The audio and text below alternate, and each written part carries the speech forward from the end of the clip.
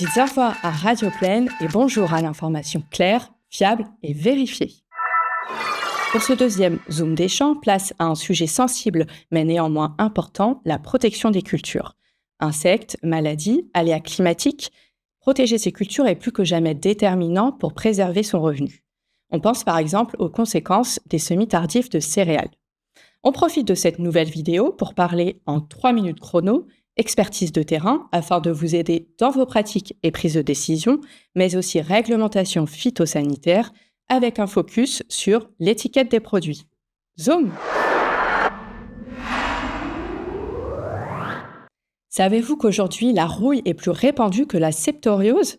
Eh oui, le constat est là, les maladies évoluent et le changement climatique nécessite plus que jamais de prendre en compte les indicateurs de terrain.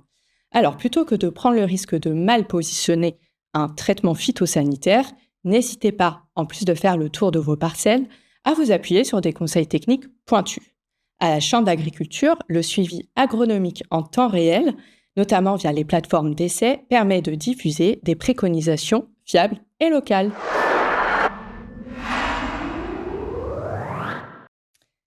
Ça y est, la menace est vérifiée, vous devez passer à l'action pour protéger vos cultures.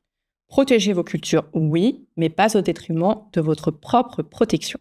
Alors, pour y voir plus clair sur les équipements de protection individuelle à porter, et aussi sur les nombreuses informations réglementaires qui entourent les produits phytosanitaires, on se réfère à la base, l'étiquette. Sébastien Salé, vous êtes conseiller spécialisé environnement au sein de la Chambre d'agriculture d'Eure-et-Loir. Pouvez-vous nous en dire plus sur les informations mentionnées sur l'étiquette des produits ? Bonjour Hélène. L'étiquette du produit contient des mentions qui permettent de vérifier si le produit est autorisé pour l'usage souhaité, notamment la culture et la cible visée. En découle une dose maximale utilisable qui est la dose homologuée. D'autres mentions fixent les conditions d'utilisation, comme le nombre maximum d'applications, le stade d'application, le délai avant récolte, la distance de sécurité riverain et la zone non traitée applicable en bordure des points d'eau, ainsi que la possibilité d'emploi en floraison. Les pictogrammes, eux, informent du classement toxicologique et écotoxicologique avec des mentions de danger associées.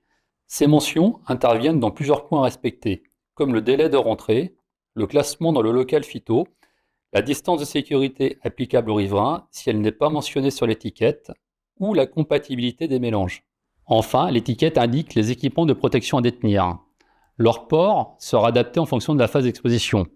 Par exemple, on ne mettra pas les mêmes EPI entre la phase de préparation des produits et la phase d'application.